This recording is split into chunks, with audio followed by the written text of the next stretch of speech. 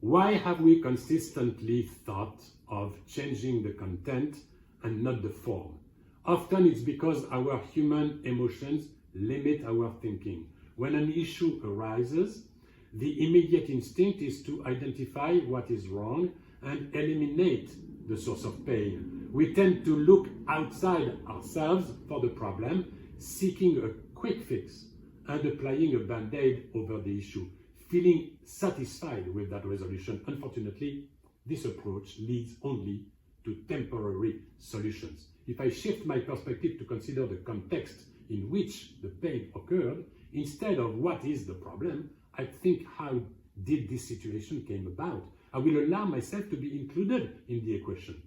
We often resist the self-inclusion because it's easier to deny responsibility. However, acknowledging my role opens the door to finding long-term solutions by changing the situation and consequently the form.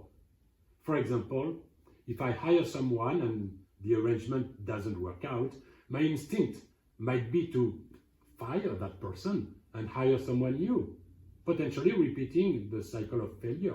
Instead, I should ask myself whether I have placed that person in a situation where they can excel.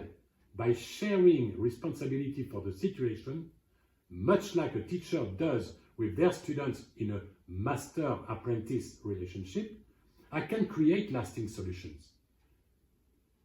Next is a quote by Victor Hugo. Stay tuned.